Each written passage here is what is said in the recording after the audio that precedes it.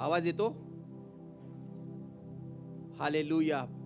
प्रभू येशूच्या महान आणि सामर्थी नावामध्ये आजच्या या पाम संडे, झावळ्याच्या रविवारच्या दिवशी तुम्हा सर्वांचं येशूच्या नावामध्ये मंडळीमध्ये स्वागत आहे. मंडळी ख्रिस्ताचं शरीर.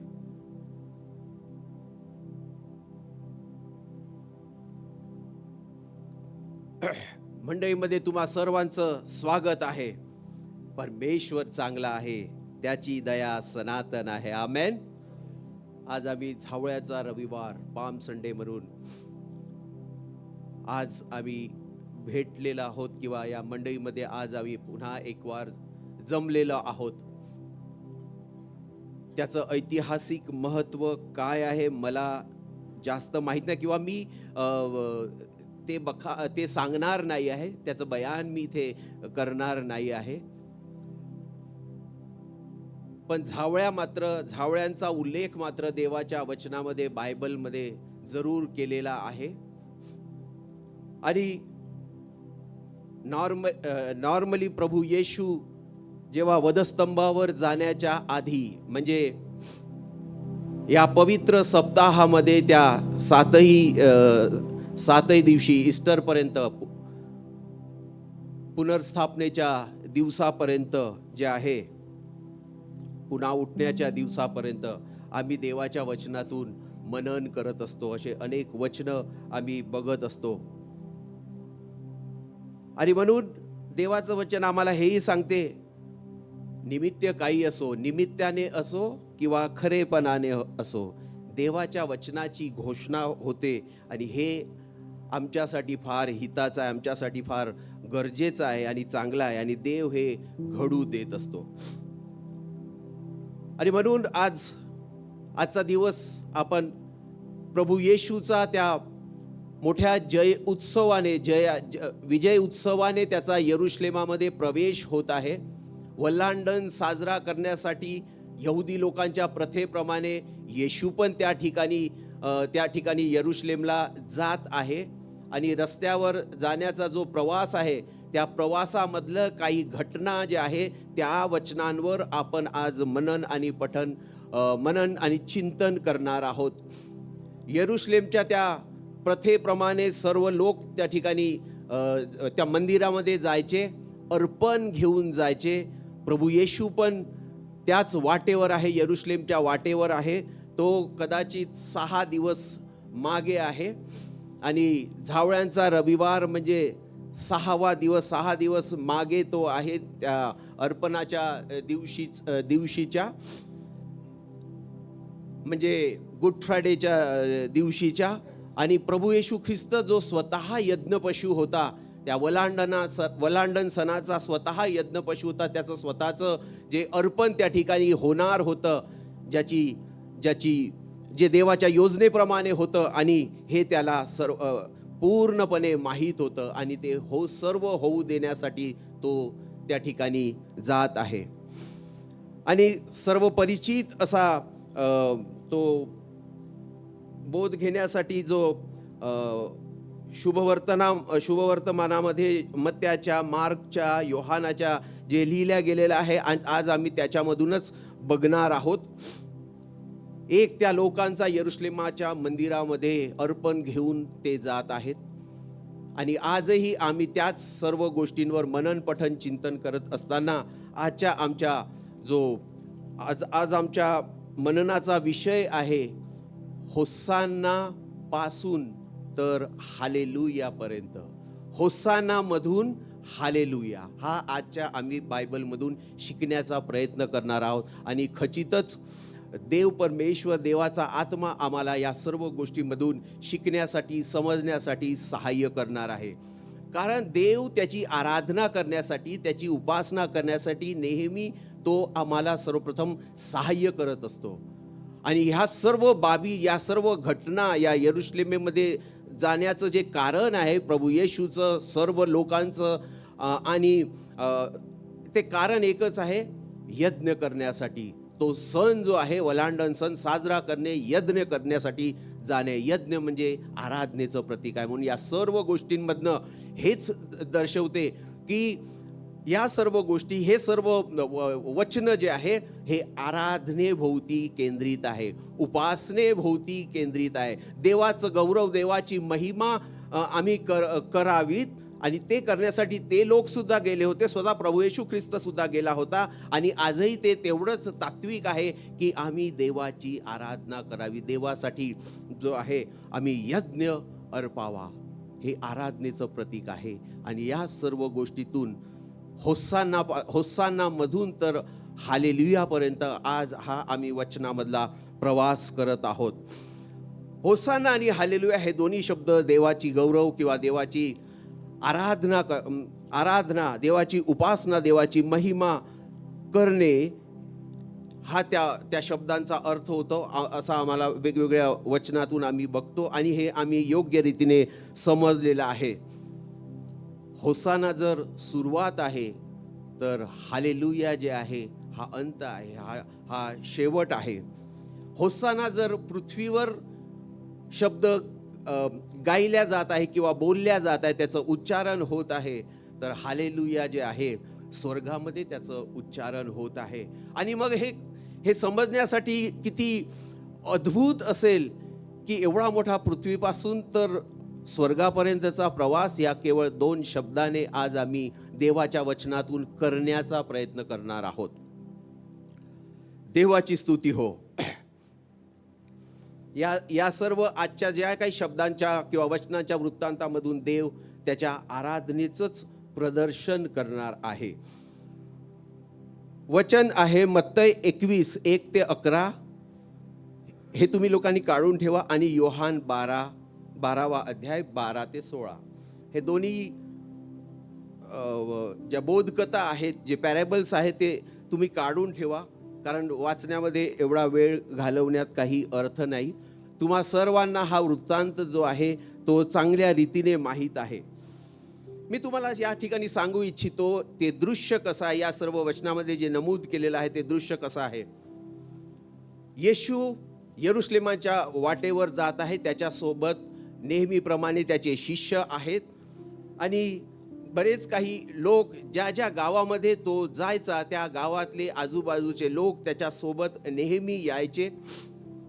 कारण आतापर्यंत 33.5 वर्षाचा काळ होऊन चुकलेला आहे प्रभू येशूच्या जन्मापासून, आणि जन्मापासून तर आतापर्यंतच्या या काळामध्ये त्याने केलेल्या सर्व अद्भुत घटना, अद्भुत चिन्हे चमत्कार, आणि मंदिरामध्ये, सभास्थानामध्ये जाऊन, डोंगरावर जाऊन किंवा समुद्राच्या किनाऱ्यावर होडीत बसून, या सर्व वेगवेगळ्या क्षणामध्ये प्रभू येशूने अद्भुत गोष्टी, अद्भुत वचनाचं शिक्षण, देवराज्याचं शिक्षण या सर्व लोकांना, शिष्यांना, आणि जे जे लोक त्या ठिकाणी उपस्थित होते त्या सर्व लोकांना दिलेलं आहे. या सर्व गोष्टीची जाणीव त्या लोकांना आहे, त्याची माहिती आहे.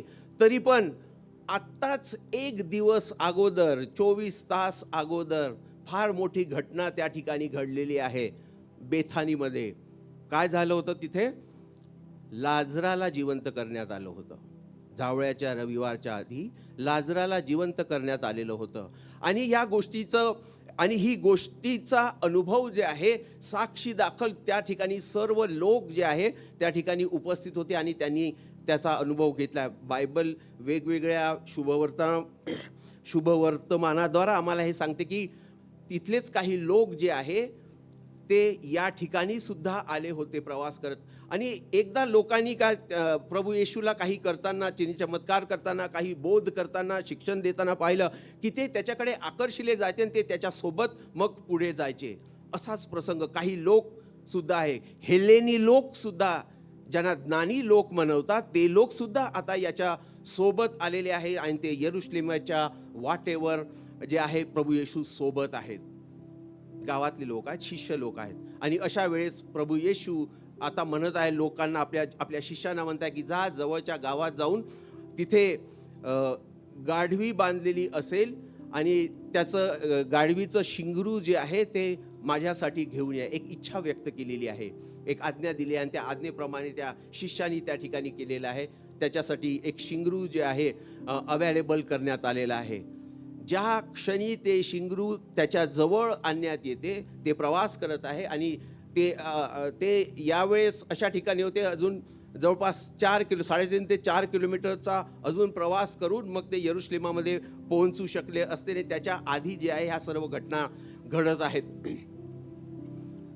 ज्या क्षणी ते शिंगरू आणण्यात आलं, आम्हाला त्या बायबलमधून वाचायला मिळते की त्या ठिकाणी तक्षणी जे आहे त्या लोकांनी, जे लोक त्या ठिकाणी हजर होते, शिष्य नाही बरं का, शिष्य नाही, जे लोक उपस्थित होते त्यांनी आपली वस्त्रे काढून त्या शिंगरावर टाकलेले आहेत आणि खजुरीच्या झाडाच्या ज्या डहाळ्या आहेत त्या झावळ्या म्हणून जे आहेत ते उंचावत आहेत आणि त्या रस्त्यावर सुद्धा ते टाकत आहेत.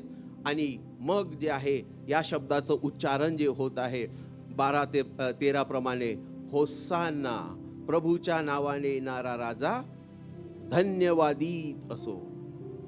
काय सुंदर दृश्य आहे.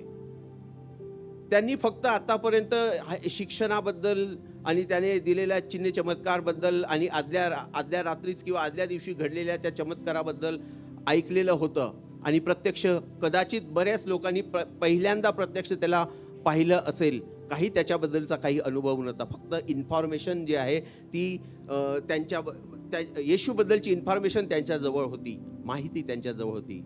पण आकर्षण केवढं जबरदस्त आहे. आता ते त्याला काय म्हणून अभिप्रेत करत आहे, एक्नॉलेज करत आहे, अडोर करत आहे की होसाना, प्रभूच्या नावाने येणारा राजा धन्यवादित हो. दुसऱ्या शब्दामध्ये बघितलं किंवा जखऱ्या 9:9 वाचा ब्रदर.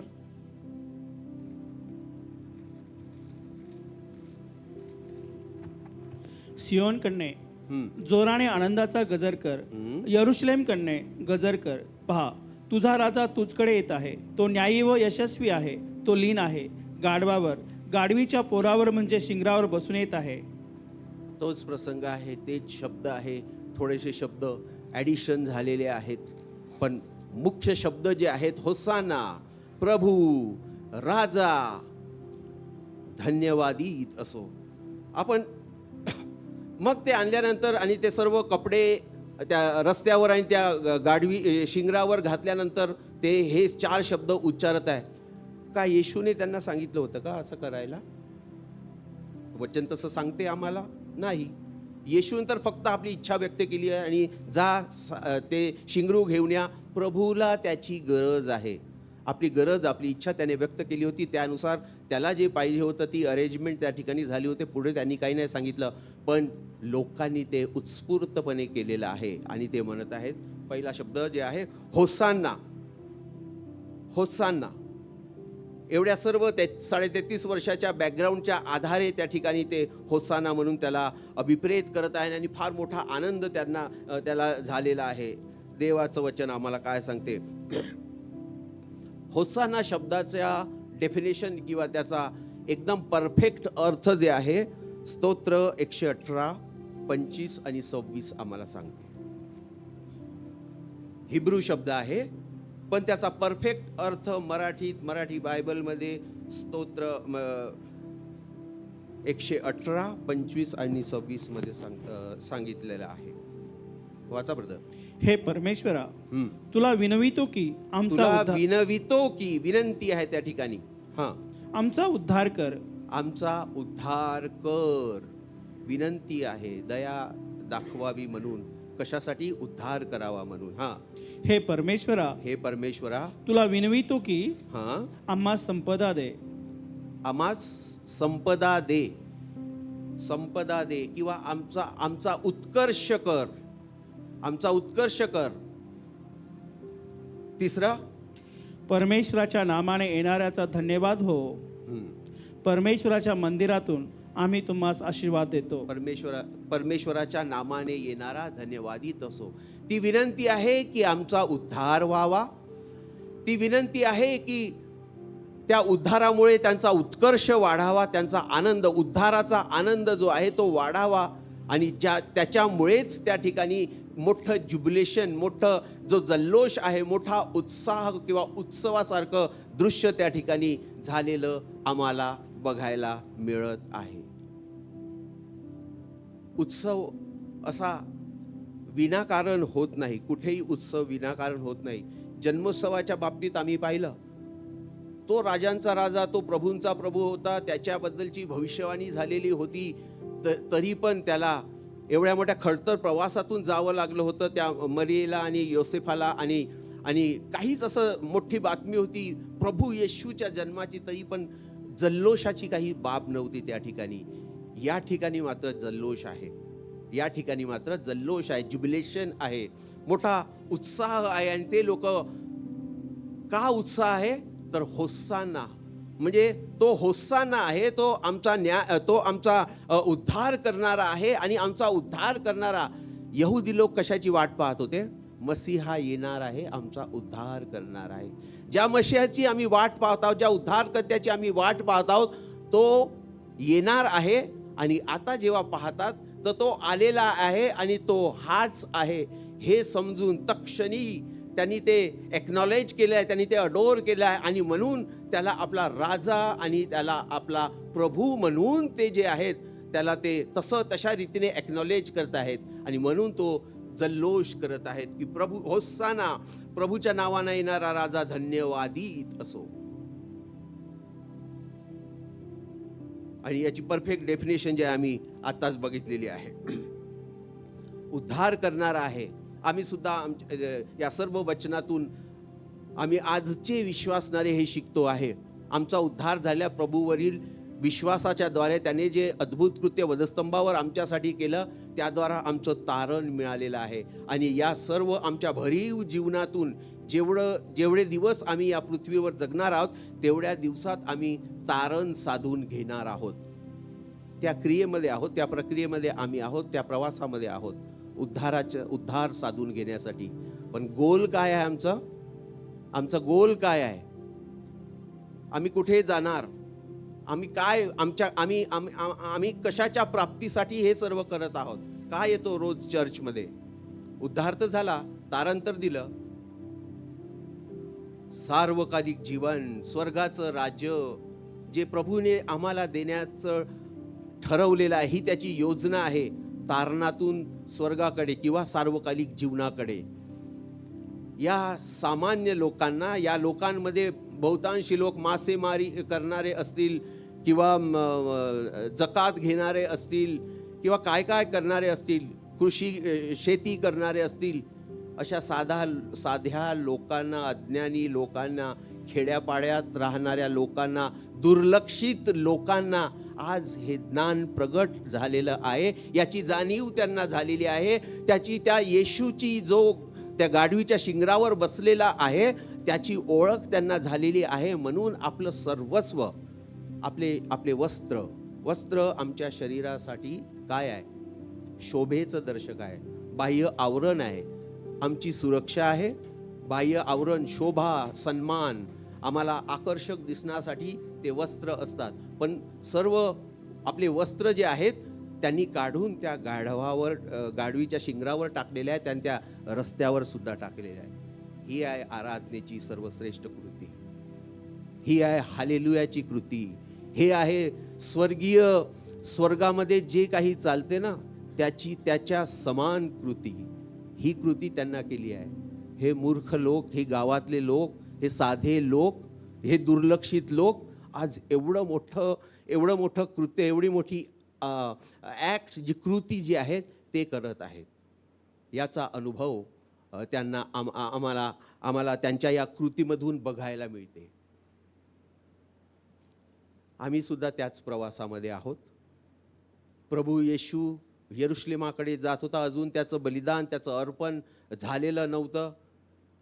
पण या लोकांना त्या कृतीचाही अनुभव आलेला होता. म्हणूनच त्यांनी फक्त राजा म्हणून नाही तर प्रभू म्हणून त्याला अडोर केलेला आहे, एक्नॉलेज केलेला आहे. तो आमचा प्रभू आहे म्हणून त्याला म्हणवलेला आहे. आणि एवढंच नाही तर धन्यवादित असो म्हणजे शेवटची कृती, अद्भुत कृती.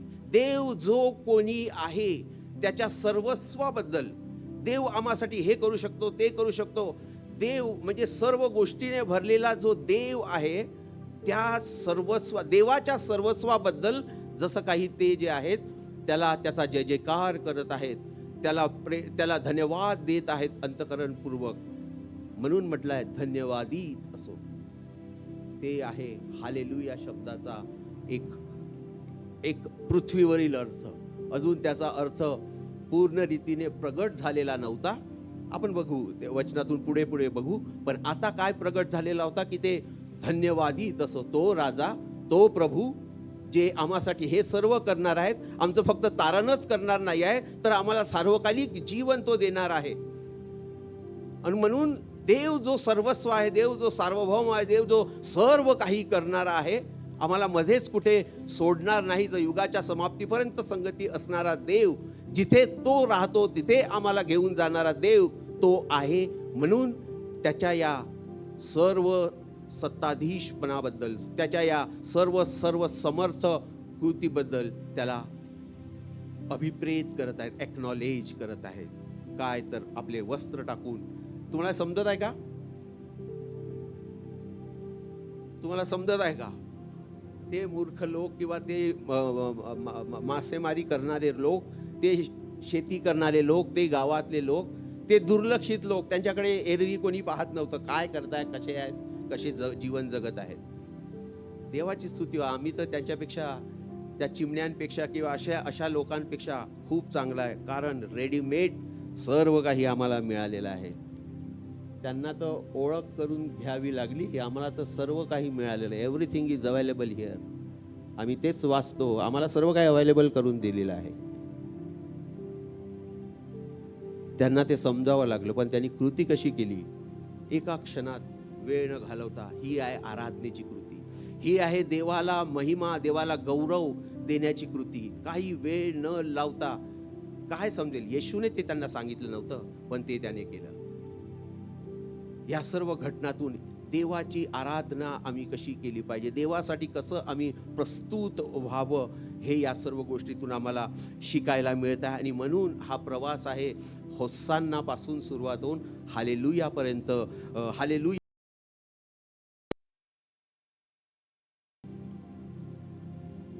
धन्यवादित असो असे ते म्हणाले. म्हणजे देवाचा जय जयकार, म्हणजे देवाचा हालेलुया जे आहे, हे या शब्दाकडे ते अंकित करत आहेत, दाखवत आहेत. असे करून सार्वकालिक जीवन जे आम्हाला सार्वकालिक जीवन देऊन, देव जो आम्हाला त्या स्वर्गामध्ये त्याच्या संगती अनंत काळासाठी ठेवणार आहे, त्या स्वर्गाकडे ह्या सर्व गोष्टी दर्शित करत आहेत, दाखवत आहेत. पृथ्वीवर सर्व काही शब्द सुरू आहे. पृथ्वीवर आता जल्लोष, मोठा आनंद ते लोक करत आहेत यरुशलेमाच्या त्या वाटेवर. पण स्वर्गाच्या गोष्टीचं वहन त्या ठिकाणातून होत आहे. स्वर्गाच्या गोष्टीचा एक काय म्हणता येईल, मूवी सुरू असल्यासारखं, स्वर्गाच्या जसं काही स्वर्गामध्ये जे घडणार आहे भविष्यामध्ये, त्याच गोष्टीचं जसं काही चित्रण जे आहे त्या ठिकाणी, दृश्य आहे एखाद्या सिनेमाप्रमाणे त्या ठिकाणी चाललेलं आहे. स्वर्गात काही वेगळं करायचं नाही आहे आम्हाला, आम्ही ते बघणार आहोत. येशू हा राजा होता, येशू हा प्रभू होता, म्हणून हे त्यांनी त्याला अभिप्रेत केलं आहे. जेव्हा आम्ही एक राजा म्हणतो पृथ्वीवर, जेव्हा राजाची व्याख्या करा असं तुम्हाला म्हटलं तर तुम्ही काय काय काय म्हणाल किंवा काय समजाल? राजा, मग बायबलमध्ये असणारा असो किंवा जगाचा एखादा राजा असो. राजा हा एखाद्या राज्याचा, स्टेटचा, प्रदेशाचा एक मुख्य असतो, मुखिया असतो. त्याच्या हातामध्ये त्या राज्याची सर्व सत्ता, अधिकार असतात. जे काही लोक, प्रजा तिथे त्या ठिकाणी त्याच्या अंडरमध्ये असते, त्याच्या सत्तेखाली असते, त्यांची काळजी घेणं, त्यांचं रक्षण करणं हे त्याचं काम असते. आणि जे लोक असतात हे त्याला जबाबदार नसतात, कारण तो त्यांचा मालक नसतो, त्यांनी त्याला विकत घेतलेलं नसते. हे एक राजाचं दर्शन आहे. राजाची व्याख्या सर्वसाधारण व्याख्या आहे. हा का? आणि इथे प्रभू म्हणजे काय? आम्ही प्रभूबद्दल काय समजतो? प्रभू म्हणजे मास्टर, सर्व काही गोष्टी करणारा, अद्भुते करणारा, सर्व काही ज्याला शक्य असे असा सर्व समर्थ, सर्व गोष्टीचं ज्ञान असणारा, माहिती असणारा. राजाला गरजेचं नाही सर्व गोष्टी माहिती असतील, त्याला फक्त लढाई करता आलं पाहिजे, चांगली कूटनीती म्हणजे पॉलिटिक्स करता आलं पाहिजे, हे त्याच्याकडून अपेक्षित असते.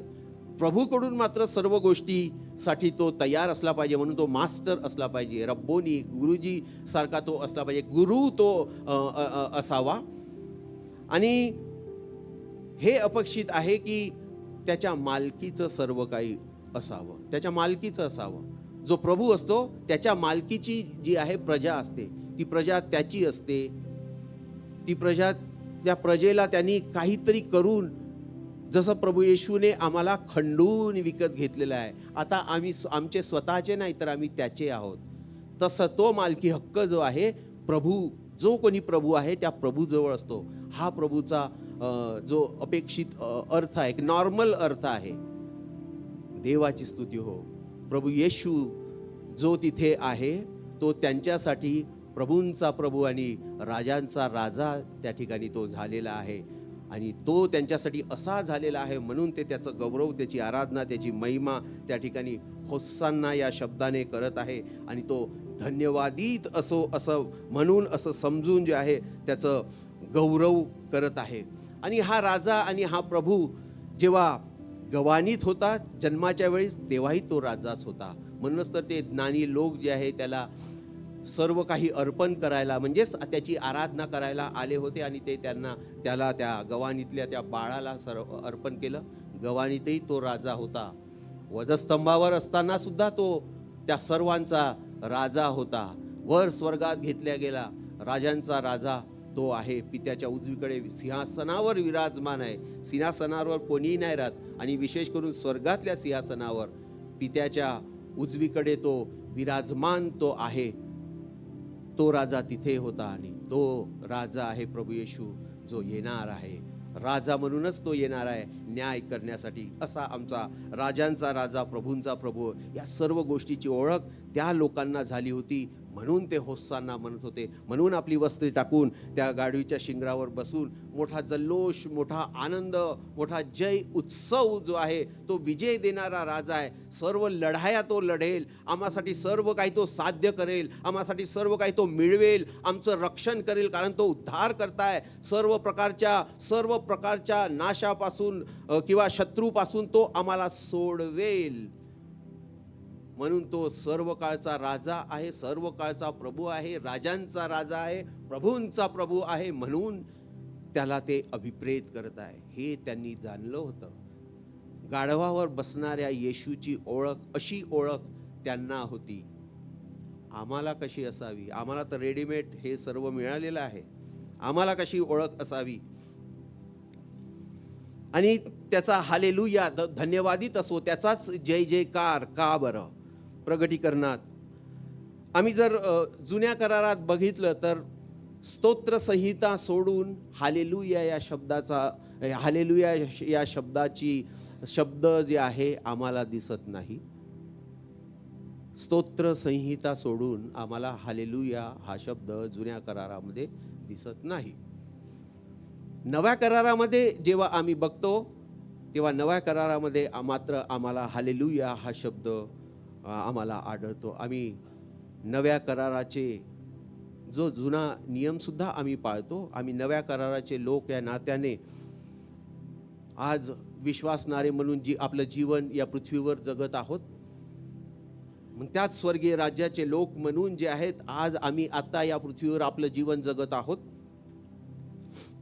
आणि तो आमचा राजा आहे, आमचा प्रभू आहे. जुन्या करारामध्ये आम्ही बघतो की देवाच्या उपस्थितीमध्ये ते स्वर्गदूत जे आहे काय करतात? पवित्र पवित्र पवित्र सेनेचा यहोवा देव, आकाश म्हणजे स्वर्ग आणि पृथ्वी तुझ्या महिम्याने, तुझ्या गौरवाने भरलेली आहे असे नित्य म्हणत राहत.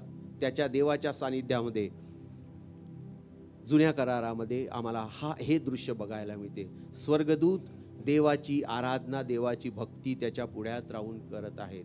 नव्या करारामध्ये वाचा ब्रदर, प्रगटीकरण 19 1-6. तुम्हासाठी मीच वाचतो.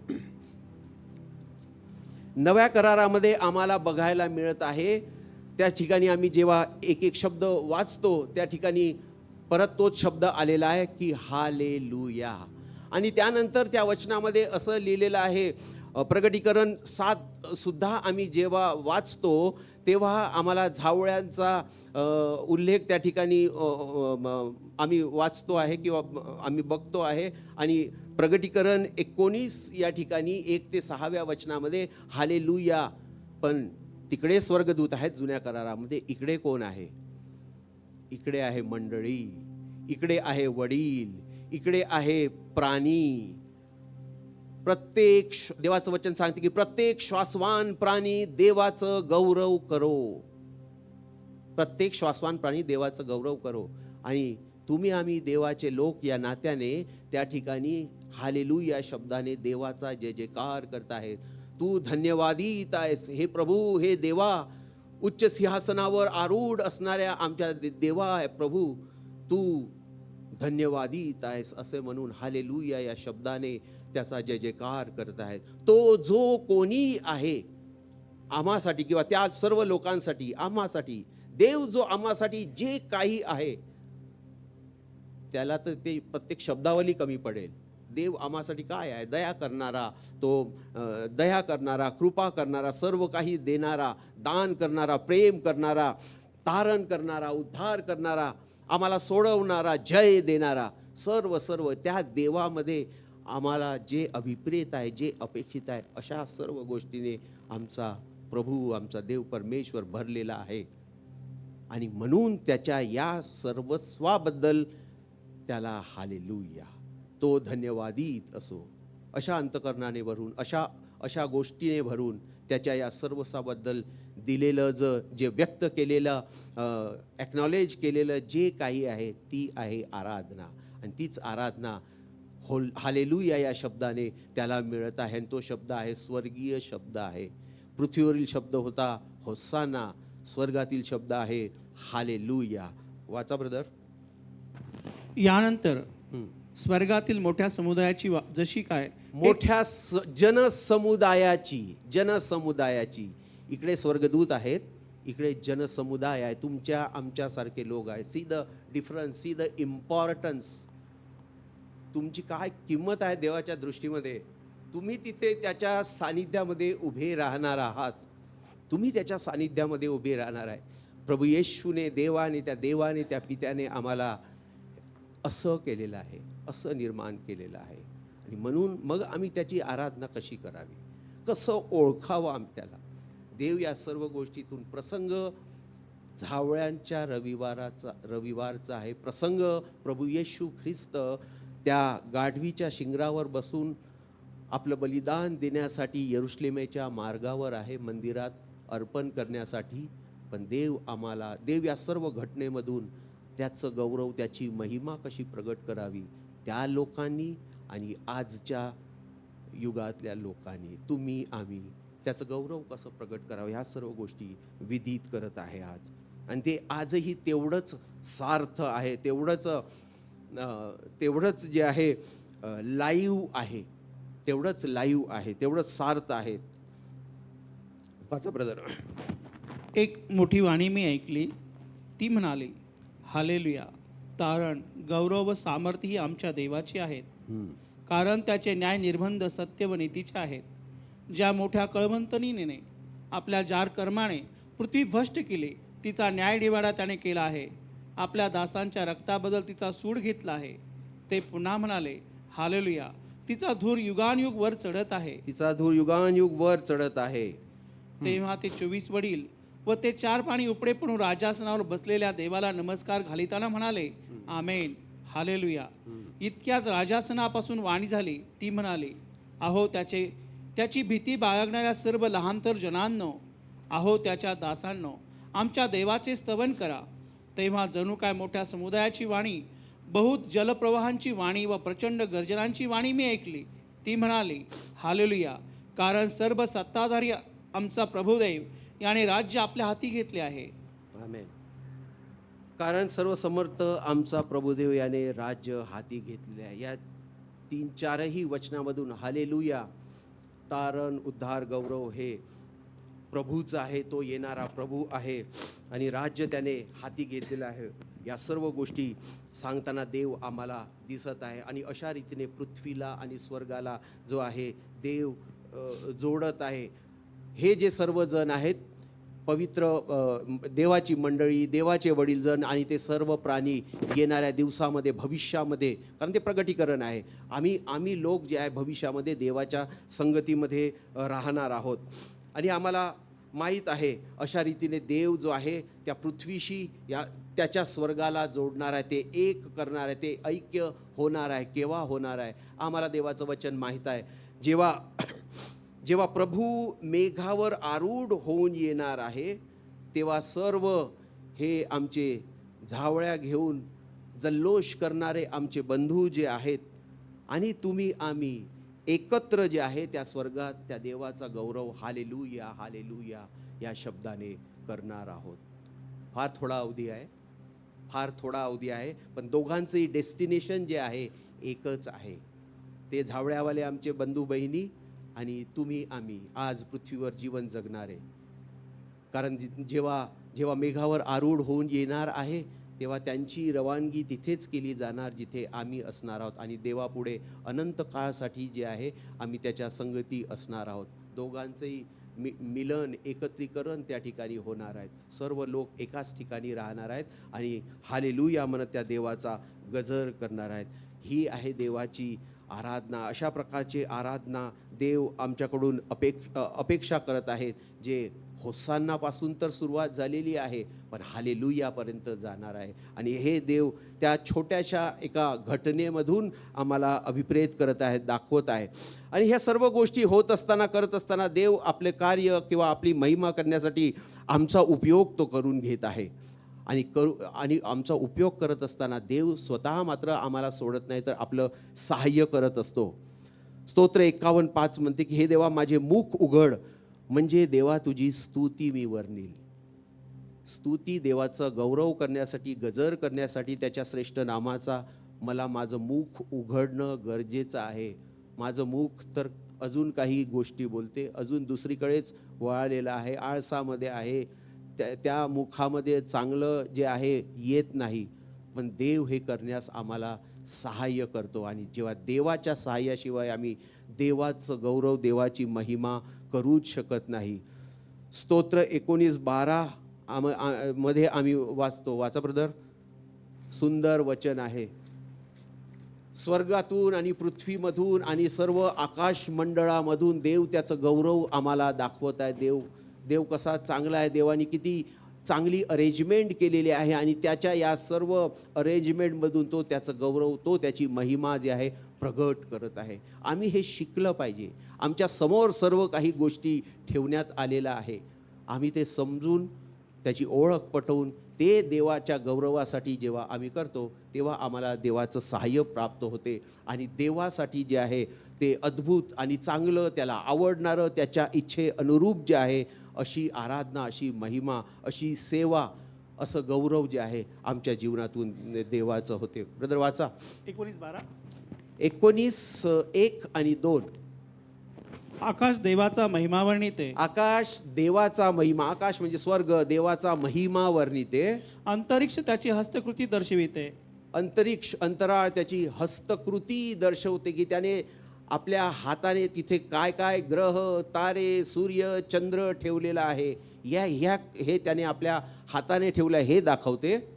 दिवस दिवसाशी संवाद करीतो. वंडरफुल. दिवस दिवसाशी संवाद करीतो. संवाद करतो म्हणजे दिवस दिवसाला, एक दिवस, आजचा कालचा दिवस उद्याच्या दिवसाला बोलतो, सांगतो, संवाद करतो.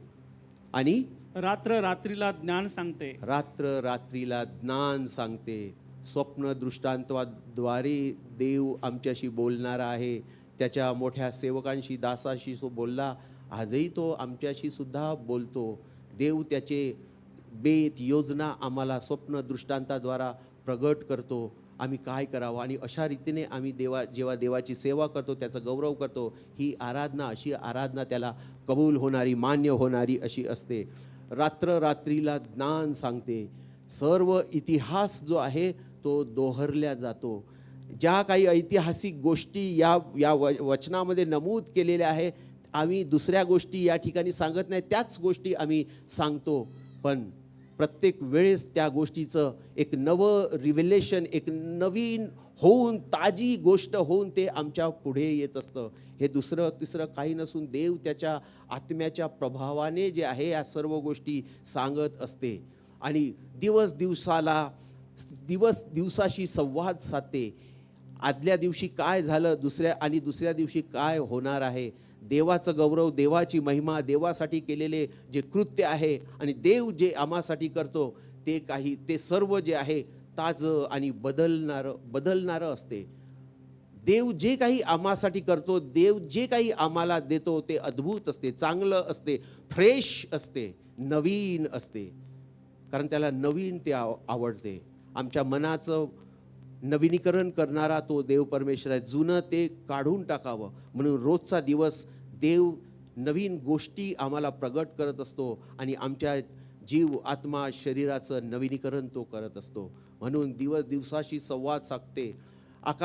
अंतरिक्ष, आकाश, सूर्य, चंद्र, तारे जेव्हा आम्ही बघतो, सूर्याचा प्रकाश आम्हाला मिळतो, म्हणून आम्हाला प्रकाश मिळते, म्हणून सर्व काही ती ऊर्जा जी आहे आम्हामध्ये असते प्रकाशापासून मिळणारी. रात्रीसुद्धा त्याने तारा किंवा प्रकाश आम्हासाठी ठेवला आहे. चंद्राचा प्रकाश आम्हाला मिळतो. कसा मिळते हे आम्हाला कदाचित माहीत नसेल. हे सायन्स आहे असं आम्ही म्हणतो. सायन्स म्हणून आम्ही त्याच्याकडे दुर्लक्ष करून देतो. पण ते सर्व सोपं आहे. कधी विचार करून बघा. ह्या सर्व अरेंजमेंट, दैवीय अरेंजमेंट जे देवाने आम्हासाठी केले आहे, देव त्याच्यातून त्याचं गौरव प्रगट करत असतो. हे आम्ही समजावं. देवाने ज्या अशा गुप्त गोष्टी, सुप्त गोष्टी ज्या आहे त्या सर्व आम्हाला रिव्हेल केलेल्या आहेत. यामधून या सर्वांकडे बघत त्या सर्व सामर्थ्य आकाश आणि पृथ्वीचा निर्माण करता, आमचा निर्माण करता, सूर्य, चंद्र, तारे, प्राणी, पृथ्वी, नेचर बनवणाऱ्या, सृष्टी बनवणाऱ्या त्या देवाचं गौरव, कारण सर्व त्याच्या अधिपत्याखाली आहे. सर्वांवर सर्व तो असा आहे, म्हणून त्याचं गौरव आहे, म्हणून त्याची महिमा आहे, म्हणून त्याचं नाव धन्यवादित आहे, म्हणून जय जयकार जो आहे हा केवळ त्याचाच आहे. त्यानंतर यरुशलेमामध्ये पोहोचल्यानंतर सायंकाळी जो प्रभू येशू ख्रिस्त त्या मंदिरामध्ये जातो आणि मंदिरामध्ये गेला असताना त्याला तिथे तो त्या ठिकाणी आंधळ्यांना बरं करतो, दृष्टी देतो त्यांना आणि अनेक चिन्हे चमत्कार करतो. आणि हे पाहून जे छोटे मुलं आहेत दाविदाच्या पुत्राला होसान्ना पुन्हा एक वार म्हणत आहेत. आणि त्यांचं हे बोलणं ऐकून तिथे उभे असलेले मोठे लोक, शास्त्री, परुसी जे आहेत त्यांना थांबवण्याचा प्रयत्न करतायत आणि ते प्रभू येशूला म्हणतायत, तुला माहीत आहे का, तुला कळते का की हे काय बोलत आहेत. त्यावर प्रभू येशू ख्रिस्त म्हणतो, काय म्हणतो की बालके व तानुले, मत्तय 21:15 आणि 16, बालके व तानुले यांच्या मुखातून तू स्तुती पूर्ण करवलेली आहेस. केवळ वचनच नाही तर ही भविष्यवाणी सुद्धा आहे ज्याची पूर्तता होताना आम्ही बघत आहोत. पुन्हा एक वार जे आहे आराधनेचं प्रगटीकरण आम्हाला या ठिकाणी बघायला मिळते आहे.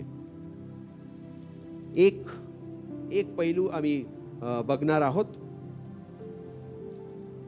या सर्व गोष्टीतून देव त्याची आराधना प्रगट करत आहे. हा प्रवास आहे, हा केवळ यरुशलेमातून त्या मंदिरापर्यंतचा प्रवास नाही आहे आपलं अर्पण करण्यासाठी, तर हे आज स्वर्गीय अर्पण करण्यासाठीचा प्रवास आहे, जो होसान्नापासून हालेलुया पर्यंतचा तुम्ही आम्ही जो करत आहोत. जे आम्हाला स्वर्गात करायचं आहे त्याची उजळणी जी आहे देव आज आमच्याकडून ह्या सर्व गोष्टी समजून करून घेण्याचा प्रयत्न करत आहे. दुसरं आम्ही गोष्ट त्या ठिकाणी बघायला आम्हाला मिळते की योहान 12:20 आणि 24 जेव्हा आम्ही वाचतो, योहानकृत शुभवर्तमान 12वा अध्याय 20 ते 24 हे वचनं आम्ही बघतो आणि त्याचा जो हेडिंग आहे हेल्लेन्यांची विनंती. हेल्लेनी लोक सुद्धा जेव्हा या सर्व दिवसामध्ये लाजर उठलेला आहे आदल्या दिवशी आणि अनेक चिन्हे चमत्कार, अनेक सभास्थानामध्ये शिक्षण देणे आणि या सर्व गोष्टी येशूबद्दलच्या सर्व लोकांनी ऐकलेल्या आहेत आणि ते सर्व लोक या यरुशलेमेच्या वाटेवर जमा झालेले आहेत. बऱ्याच लोकांनी ठिकठिकाणी त्याची ही महत्ती जी आहे ऐकलेली आहेत आणि त्याच्याबद्दलचं आकर्षण, येशूचं आकर्षण लोकांच्या मनात निर्माण झालेलं आहे. आणि हेच आकर्षण, त्याच्याबद्दलचं कुतूहल, नवल हेल्लेनी लोकांना पण झालेला आहे. हेल्लेनी म्हणजे तुम्हाला काय माहित आहे हेल्लेनी? हेलेनी म्हणजे यहुदी लोक. हेलेनी म्हणजे ग्रीकमधून आलेले किंवा ग्रीक भाषा बोलणारे, रोम किंवा इटली तो भाग, एकंदरीत तो भाग ज्यांची संस्कृती एकदम वेगळी आहे. यहुदी संस्कृती पेक्षा ती वेगळी आहे. पण हे पूर्वीपासून त्या ठिकाणी आलेले आहेत ज्ञानाच्या शोधात. यांची खासियत जी आहे, यांचं वैशिष्ट्य आहे या लोकांचं, ज्ञान घेण्यासाठी, ज्ञान मिळवण्यासाठी, शिक्षण घेण्यासाठी ते इथे तिथे जात असतात. आणि ते पॅलेस्टीन प्रांतामध्ये त्यावेळेस राहत होते. आणि त्यामुळे जे आहे हे लोक ज्ञानाच्या शोधात आहेत. यहुदी असून सुद्धा हेलेनी लोक जे आहे ते त्यांचा आणि हिब्रू आणि अरेमिक बोलणारे जे यहुदी लोक आहेत यरुश्लेमामध्ये राहणारे त्यांच्यापेक्षा वेगळे आहे. संस्कृतीने वेगळे, भाषेने वेगळे आणि काहीतरी वेगळे पण त्यांच्यात आहे. आणि ते ज्ञानी लोक आहेत. आणि ते ज्ञानी लोक आहेत हेल्लेनी असे लोक, म्हणून ज्ञानाने ते शोध घेण्याचा प्रयत्न करत आहेत. आणि असे हेल्लेनी लोक, असे ज्ञानी लोक जे आहे त्या ठिकाणी आलेले आहेत असं आम्हाला बघायला मिळते. दुसऱ्या दिवशीची ही गोष्ट आहे. आणि हे सर्व होत असताना ते येशूला भेटण्याची विनंती करतात. आणि मग फिलिप आणि त्या ठिकाणी कोणाच नाव लिहिलं आहे, आंद्रिया जे आहे त्याला प्रभू येशूकडे घेऊन जातात. आणि येशूशी संभाषण त्याचं सुरू आहे. शिष्यही त्या ठिकाणी आहेत, काही लोक त्या ठिकाणी आहेत. आणि हे हेलेनी लोक सुद्धा त्या ठिकाणी आहेत. येशू पण त्या ठिकाणी. येशू त्यांना त्या ठिकाणी म्हणत आहे की मनुष्याच्या पुत्राचे गौरव होण्याची वेळ आलेली आहे. याही वाणीची पूर्तता त्या ठिकाणी होत आहे की आता 5 दिवस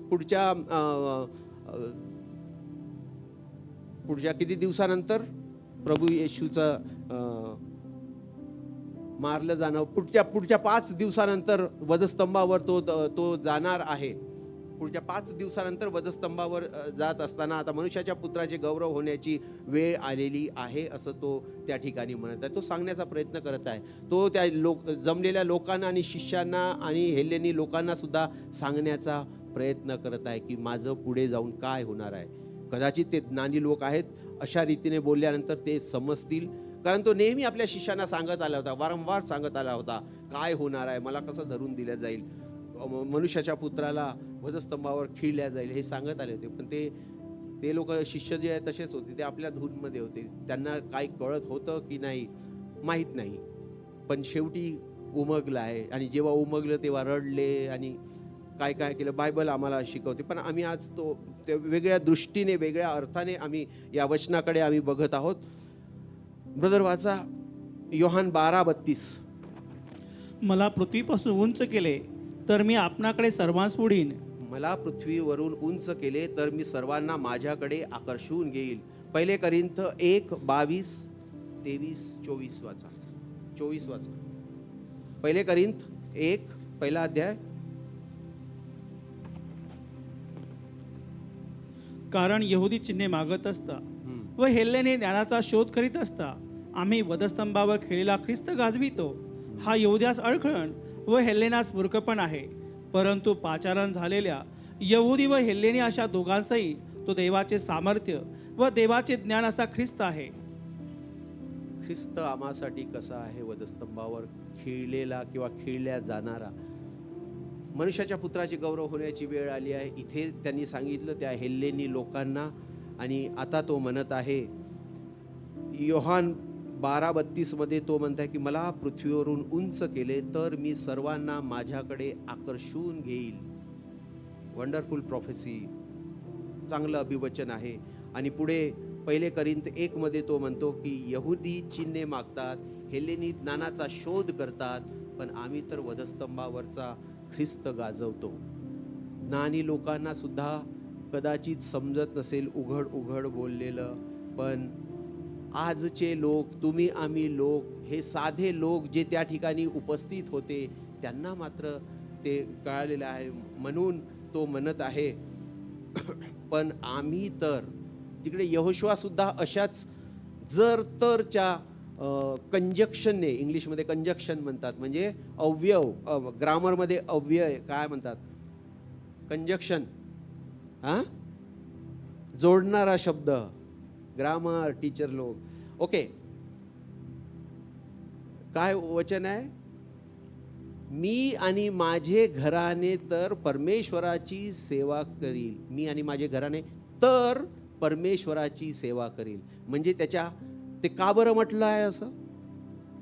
म्हणजे त्याच्या अगोदरचे जे वचन आहे हे ते करत आहेत, ते करत आहेत, ते त्याच्या मागे चालले आहेत, ते त्यांनी हा पंथ पकडलेला आहे किंवा हे याची उपासना करत आहेत. आणि म्हणून त्यांना उत्तर म्हणून तो जो लीडर आहे त्यांचा यहोशुआ म्हणून आहे, तुम्ही काही करा, मी आणि माझे घराने तर परमेश्वराची सेवा करीन.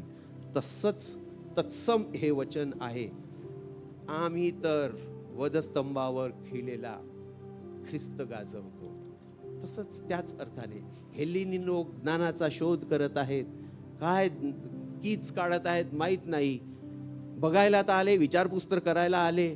आणि ते हेलेनी लोक ज्ञानी होते आणि म्हणूनच ते यरुशलेम या ठिकाणी मंदिरामध्ये ते अर्पण करायसाठी आलेले होते. बरोबर, त्यांना जे नियम आहे ते माहीत आहे, ज्ञान जे आहे त्यांना पक्क माहीत आहे, कृती करायची ते त्यांना पक्क माहीत आहे. पण एवढ्या गोष्टी जे स्पष्ट रीतीने त्यांना सांगितल्या हे त्यांना माहीत नाही, अजूनही माहीत नाही. आणि तेच प्रभू येशू ख्रिस्त प्रगट करण्याची जी आहे हे करत आहे, म्हणजे प्रयत्न करत आहे, तो प्रयत्नशील आहे. म्हणून त्या वचन जर बघितलं, प्रीतीबद्दल, मनुष्याच्या पुत्राला मारले जाईल आणि तो त्यामधून हे सांगण्याचा प्रयत्न करत आहे, वधस्तंभावरील ते अद्भुत कृत्य जे बलिदान जे झालं आहे ते का झालं आणि ते कशासाठी झालं. देवाने जगावर एवढी प्रीती केली की त्याने आपला एकुलता एक पुत्र दिला. ते बलिदान जे आहे पित्याच्या आमावरील प्रीती खातर झालेलं आहे, निस्वार्थ. अट काही नाही आहे त्याच्यात, प्रीतीला काही अट नाही आहे. प्रीती म्हणून प्रीती जी आहे सर्वश्रेष्ठ आहे. हे प्रीतीबद्दलचं ज्ञान त्याला मिळावं, त्याला कळावं म्हणून तो त्या ठिकाणी सांगत आहे किंवा इच्छा व्यक्त करत आहे. अरे तुम्ही तर यहुदी तर आहे त्या मसियाचा शोध करत आहे. मसिया केव्हा येणार आहे? मसिया तर त्यांच्या जवळ आहे, त्यांच्या सोबत आहे, त्यांच्या जवळ आहे. तरी ते मसिया येणार, मसिया येणार, मसिया येणार इस्रायली लोक, यहुदी लोक शोधत आहे. तुम्ही जे यहुदी हेलेनी लोक ते ज्ञानाने शोध करत आहात. विश्वास ठेवायला तुम्हाला ज्ञान लागते. पण हे जे लोक आहेत तेव्हाचे जे तिथे होसाना म्हणणारे जे लोक आहेत ते तर उद्या जे होणार आहे, 5 दिवसाने जे होणार आहेत त्यांना गाजवत आहेत. आता तर ते कपडे घालून त्या देवाला, त्या जिवंत प्रभूला ते होसाना म्हणून म्हणत आहेत. पण उद्या त्यांना काय होणार आहे माहीत नाही, पण ती कृती त्याने अगोदरच केलेली आहे. होसाना म्हणून, प्रभूच्या नावाने येणारा धन्यवादित म्हणून, राजा म्हणून त्यांनी ती कृती अगोदरच केलेली आहे. हे तिथून सांगण्याचा प्रयत्न करत आहे. कारण देवाचं प्रेम त्यांच्यावर आहे म्हणून देव त्यांचं तारण करणार आहे.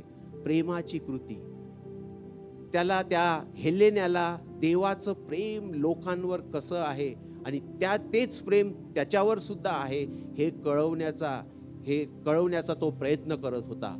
आणि हे त्याला विदित करण्याचा तो प्रयत्न करत होता. देवाच्या प्रीती खातरच हे सर्व काही झालेलं आहे आणि होत आहे. हे प्रेम त्याला प्रगट व्हावं आणि म्हणून देवाची आराधना, देवाचं जे प्रभू येशूचं बलिदान जे आहे हे केवळ प्रीती खातर झालं. आम्हावरील पित्याच्या प्रीती खातर ते झालेलं आहे. आणि त्या प्रीती खातर त्याने सर्वस्व बलिदान दिलं आहे. ते सुद्धा हेलेनी बलिदानच करायला आले होते, अर्पण करायला आले होते. पण ज्ञानी असून त्यांना तो अर्थ कळत नाही आणि ते सांगण्याचा प्रयत्न करत आहे. म्हणून देवाची आराधना, देवाची महिमा प्रीतीशिवाय होऊ शकत नाही. प्रीती, प्रेम जे आहे, एकमेकांना, शेजाऱ्यांना प्रेम करावं, एक दुसऱ्यांना आम्ही प्रेम करावं, आम्हामध्ये ऐक्य असावं, त्याच्याशिवाय देवाची आराधना जी आहे पूर्ण होऊ शकत नाही. हे या ठिकाणी देव सांगण्याचा प्रयत्न करत आहे. आणि अब्राहमाच्या उदाहरणातून सुद्धा आम्ही बघतो की देव त्याचा गौरव करायला, त्याची महिमा प्रगट करायला कसा सहाय्य करतो.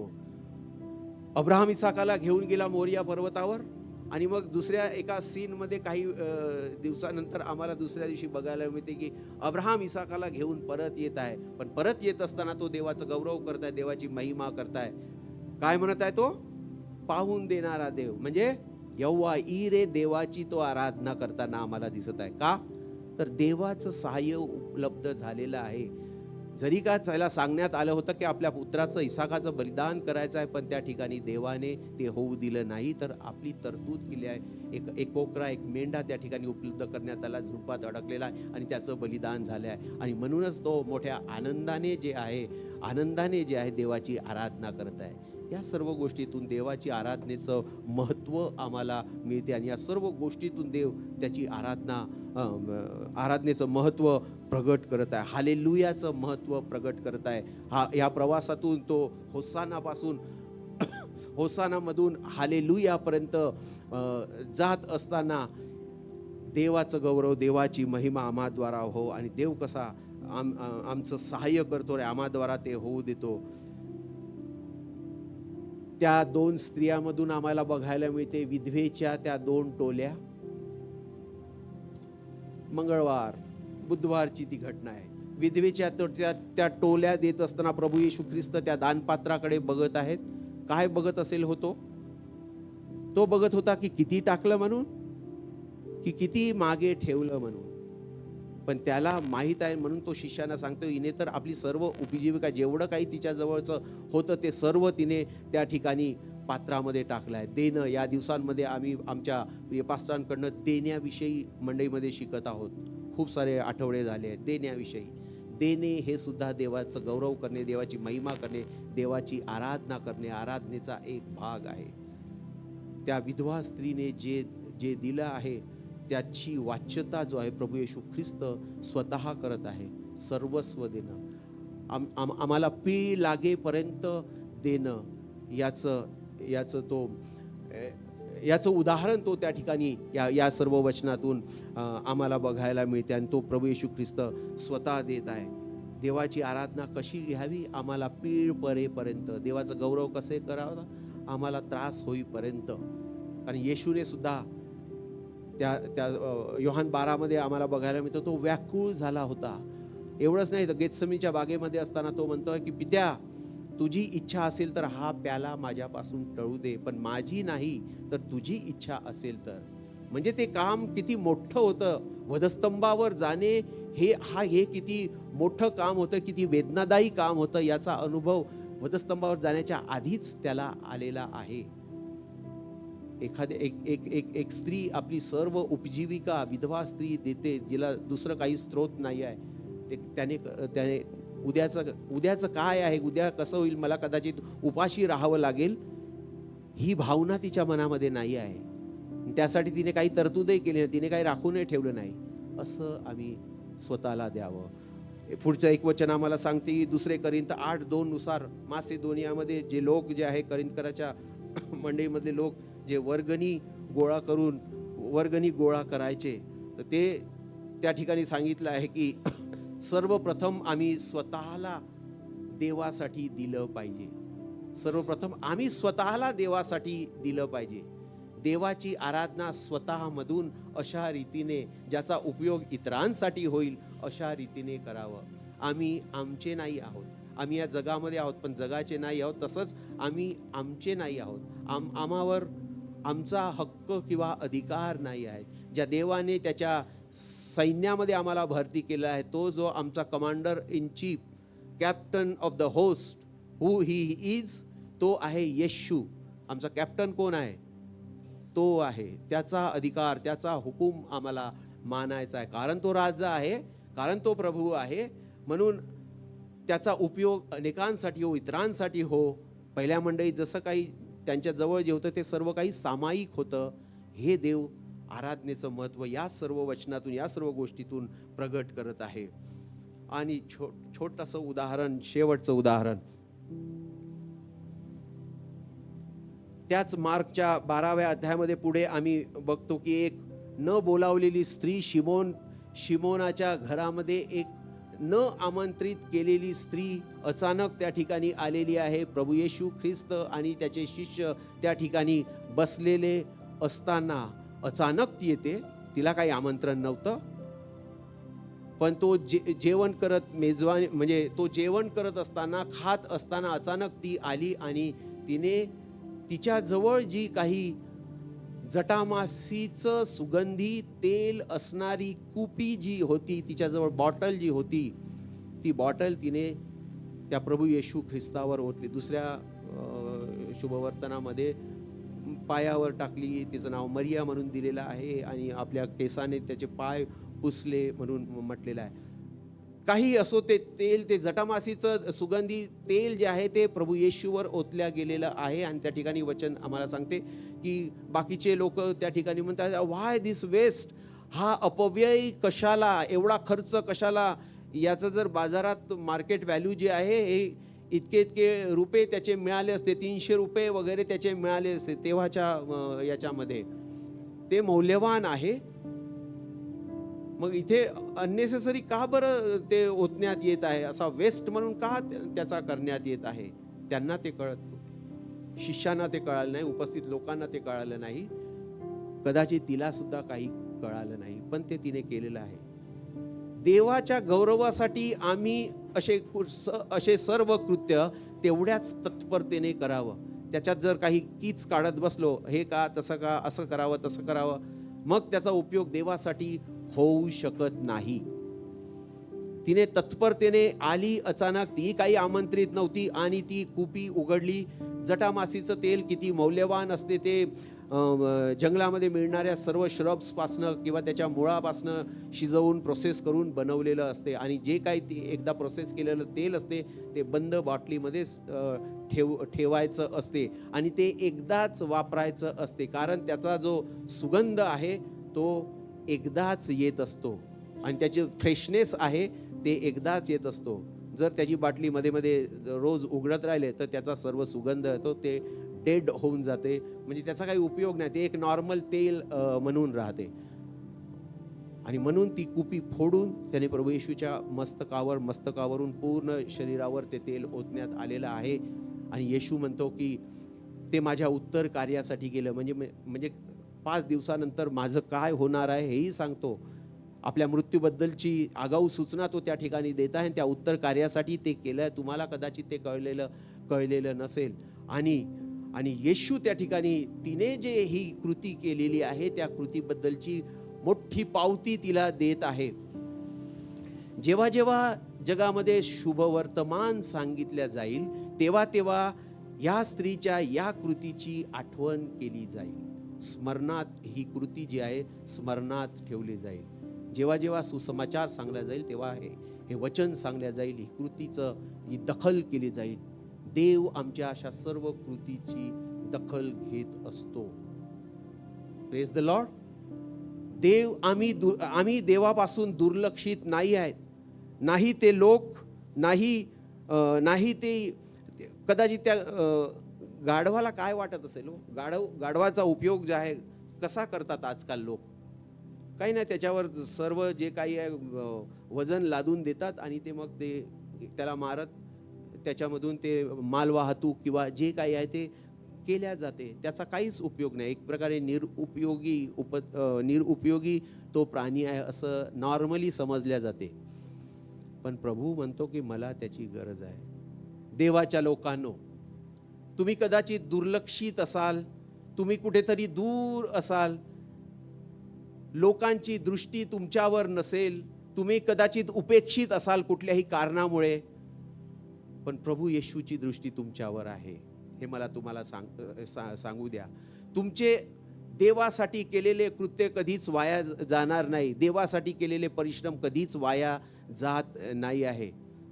त्या स्त्रीने कदाचित ते तेल आपल्या नवऱ्यासाठी, आपल्या प्रियकरासाठी किंवा काही कारणासाठी घरात ते राखून ठेवलेलं असेल, पण तिलाही माहीत नाही की एक दिवस कसा येणार आहे. अचानक एका आजूबाजूच्या घरामध्ये प्रभू येशू ख्रिस्त येणार आहे आणि मग त्याच्यासाठी हे तेल ओतल्या जाणार आहे. येशू तिथे आहे, बेथानीमध्ये आहे, हे पाहून ती गेली आणि तत्परतेने तिने ही कृती केलेली आहे. आम्ही सुद्धा देवाचं गौरव, देवाची महिमा आपल्या जीवनातून करण्यासाठी ज्या प्रकारे आम्हाला करता येईल, सर्व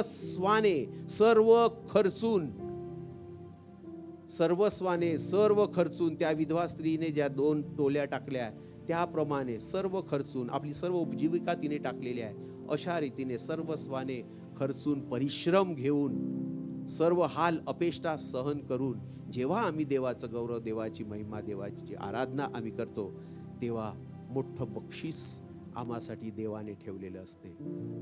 हालेलुयापासून होसानापासून तर हालेलुयापर्यंत जात असताना देव त्या स्वर्गामध्ये स्वर्गाचं राज्य आम्हाला देण्याचं हे देवाचं अभिवचन आहे आणि ते खचितच आम्हाला देणार आहे. राजांचा राजा, प्रभूंचा प्रभू, त्या स्वर्गाच्या राज्याचा अधिपती जो आहे, आमचं स्वागत करण्यासाठी त्या ठिकाणी तयार आहे.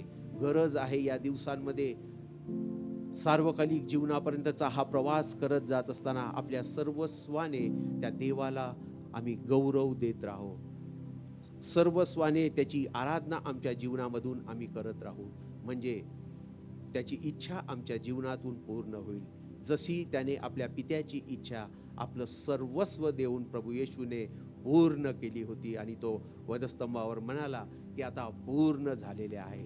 आम्हालाही तो प्रयत्न करत आहे आणि देव करो आमच्या या प्रयत्नामध्ये देव आम्हाला त्याचं सर्व सामर्थ्य, त्याचं सर्व ज्ञान, त्याचं सर्व चातुर्य आम्हाला प्रदान करो आणि देव त्याचं गौरव आम्हा सर्वांकडून करून घेऊ. आमेन.